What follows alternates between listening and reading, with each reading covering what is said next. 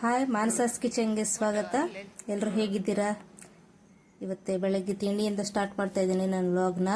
ದೋಸೆ ತೆಗಿತಾ ಇದ್ದೀನಿ. ಇವತ್ತೇ ಉದ್ದಿನ ದೋಸೆ ಜೊತೆಗೆ ಬೆಳ್ಳುಳ್ಳಿ ಚಟ್ನಿ. ಬೆಳಗ್ಗೆ ಬೆಳಗ್ಗೆ ದೋಸೆ ತೆಗಿಲಿಕ್ಕೆ ಏನು ಖುಷಿಯಾಗುತ್ತೆ. ಹೊರಗಡೆ ಸಿಲಿಂಡರ್ ಬರೋ ತನಕ ಅಡ್ಜಸ್ಟ್ ಮಾಡ್ಕೊಳ್ಳೇಬೇಕಲ್ವಾ. ಖುಷಿನ ಆಗುತ್ತೆ, ಬಟ್ ಸ್ವಲ್ಪ ಬಿಸಿಲು ಬಂದಾಗ ಸ್ವಲ್ಪ ತ್ರಾಸಾಗುತ್ತೆ. ಏನು ಮಾಡೋದಕ್ಕಾಗೋದಿಲ್ಲ. ನೋಡಿ, ದೋಸೆ ರೆಡಿಯಾಗಿದೆ. ಇಟ್ಟು ಚಟ್ನಿ ಜೊತೆ ತಿನ್ನೋದೇ ಈಗ ದೋಸೆನ. ಇವತ್ತು ನಾನು ಮಧ್ಯಾಹ್ನಕ್ಕೆ ಚಿಕನ್ ಮಾಡ್ತಾ ಇದ್ದೀನಿ, ಚಿಕನ್ ಸಾರು. ಅದಕ್ಕೆ ಬೇಕಾಗಿರೋಂಥ ಇಂಗ್ರೀಡಿಯೆಂಟ್ಸ್ ನೋಡ್ಕೊಳ್ಳಿ. ಎಲ್ಲ ತೋರಿಸಿರೋದೇ ಮೊದಲಿನ ವಿಡಿಯೋದಲ್ಲೆಲ್ಲ ತೋರಿಸಿದ್ದೀನಿ ನಾನು. ಅದೇ ಸಾಮಗ್ರಿಗಳನ್ನ ತಗೊಂಡಿದ್ದೀನಿ. ಎಲ್ಲದನ್ನು ಈಗ ಸ್ವಲ್ಪ ಎಣ್ಣೆ ಹಾಕಿ ಹುರ್ಕೋತಾ ಇದ್ದೀನಿ ಚೆನ್ನಾಗಿ. ಎಷ್ಟು ಚೆನ್ನಾಗಿ ಹುರ್ಕೋತೀರೋ ಅಷ್ಟು ಟೇಸ್ಟ್ ಬರುತ್ತೆ ಅದಕ್ಕೆ. ನಮ್ಮ ಮನೆಯವರು ಮಾಡ್ತಾ ಇದ್ದಾರೆ ನೋಡಿ. ಅವ್ರಿಗೆ ಚಿಕನ್ ಅಂದರೆ ತುಂಬ ಇಷ್ಟ. ಹಾಗಾಗಿ ಹುರಿಯೋಷ್ಟು ಸಾಮಾನೆಲ್ಲ ಏನು ಪ್ರಿಪ್ರೇಷನ್ ಇದೆ ಎಲ್ಲದು ಅವರೇ ಮಾಡ್ತಾರೆ. ನಾನು ಖಾಲಿ ರೆಡಿ ಮಾಡಿಕೊಟ್ರೆ ಆಯಿತು. ಅದಕ್ಕೆ ಅವರೇ ಕೂತಿದ್ದಾರೆ ಇವತ್ತೇ ಫ್ರೈ ಮಾಡೋದಕ್ಕೆ. ಎಲ್ಲನೂ ಚೆನ್ನಾಗಿ ಫ್ರೈ ಮಾಡ್ಕೊಳ್ಳಿ.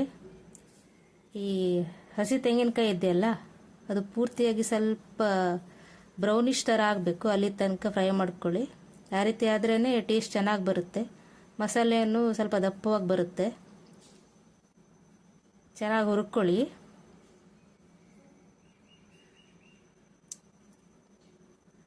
ನಿಮ್ಮ ಮನೇಲಿ ಇವತ್ತು ಏನೇನು ಸ್ಪೆಷಲ್ ಅಂತ ಕಮೆಂಟಲ್ಲಿ ತಿಳಿಸಿ ನನಗೆ. ಇವತ್ತು ನಮ್ಮ ಮನೇಲಿ ಚಿಕನ್ ಸಾರು ನೋಡಿ. ಚೆನ್ನಾಗಿ ಹುರ್ಕೊಳ್ಳಿ ಮಾತ್ರ, ಕಲರ್ ಚೇಂಜ್ ಆಗುವ ತನಕ. ಇದು ಹುರ್ಕೊಂಡಾಗಿದೆ. ಸ್ವಲ್ಪ ತಣ್ಣಗಾದ್ಮೇಲೆ ರುಬ್ಕೋತೀನಿ ಇದನ್ನು ಗ್ರೈಂಡರಲ್ಲಿ ರುಬ್ಬಿದ್ರೆ ಸ್ವಲ್ಪ ಮಸಾಲೆ ಜಾಸ್ತಿನೂ ಆಗುತ್ತೆ, ಹಾಗೆ ಟೇಸ್ಟಾಗೂ ಕೂಡ ಬರುತ್ತೆ. ಈಗ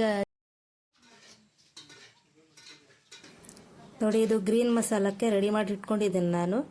ಬೆಳ್ಳುಳ್ಳಿ, ಶುಂಠಿ, ಪುದೀನ, ಕೊತ್ತಂಬರಿ ಸೊಪ್ಪು ಜೊತೆಗೆ ಹಸಿಮೆಣಸಿನ್ಕಾಯಿ, ಉಪ್ಪು ಮತ್ತು ಅರಿಶಿಣ. ಇದು ಪೇಸ್ಟ್ ಮಾಡಿ ಇದಕ್ಕೆ ಚಿಕನ್ನ ಹಾಕಿ ಅರ್ಧ ಗಂಟೆ ನೆನೆಸ್ಕೊಳ್ತಾ ಇದ್ದೀನಿ. ಒಂದು ಅರ್ಧ ಗಂಟೆ ನೆನೆಸ್ಕೊಂಡ್ರೆ ಸಾಕು. ಚೆನ್ನಾಗಿ ಎಳ್ಕೊಳುತ್ತೆ ಮಾತ್ರ ಚಿಕನ್. ನೋಡಿ, ರೆಡಿಯಾಗಿದೆ.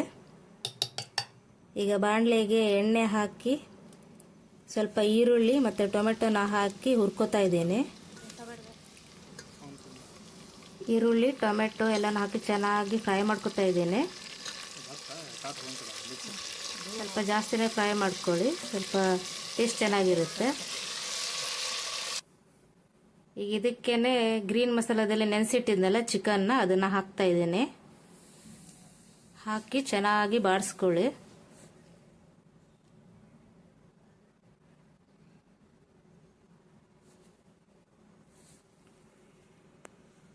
ಈ ಬಾಯ್ಲರ್ಗಿಂತ ಹುರ್ಕೊಳ್ಳಿ, ತುಂಬ ಚೆನ್ನಾಗಿರುತ್ತೆ. ಅದು ಒಲೆಯಲ್ಲಿ ಮಾಡಿದ್ರಂತೂ ತುಂಬ ಟೇಸ್ಟಾಗಿ ಬರುತ್ತೆ. ನೋಡಿ, ಎಲ್ಲದು ಹಾಕ್ಕೊಂಡಿದ್ದೇನೆ. ಇದನ್ನು ಚೆನ್ನಾಗಿ ಮಿಕ್ಸ್ ಮಾಡ್ಕೊಳ್ಳಿ.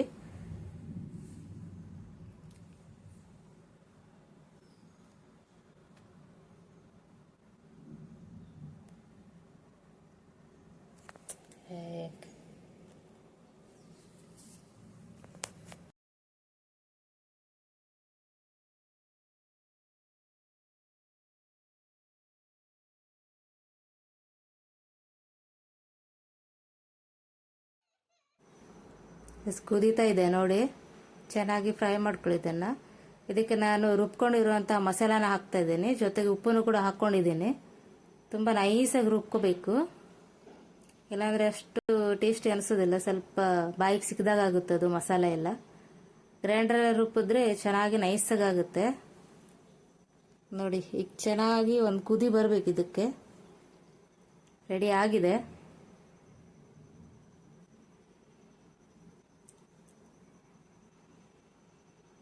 ತುಂಬ ಚೆನ್ನಾಗಿ ಬೆಂದ್ಕೊಂಡಿದೆ ಮಾತ್ರ. ನೋಡಿ, ಇವತ್ತಿನ ನಮ್ಮ ಊಟ ಚಿಕನ್ ಸಾರು ಮತ್ತು ಬ್ರೆಡ್ ಜೊತೆಗೆ ಸಲಾಡ್. ಇವತ್ತಿನ ರೆಸಿಪಿ ನಿಮ್ಗೆ ಹೇಗೆ ಅನಿಸ್ತು ಅಂತ ಕಮೆಂಟ್ ಮಾಡಿ ತಿಳಿಸಿ. ಬಾಯ್ ಬಾಯ್.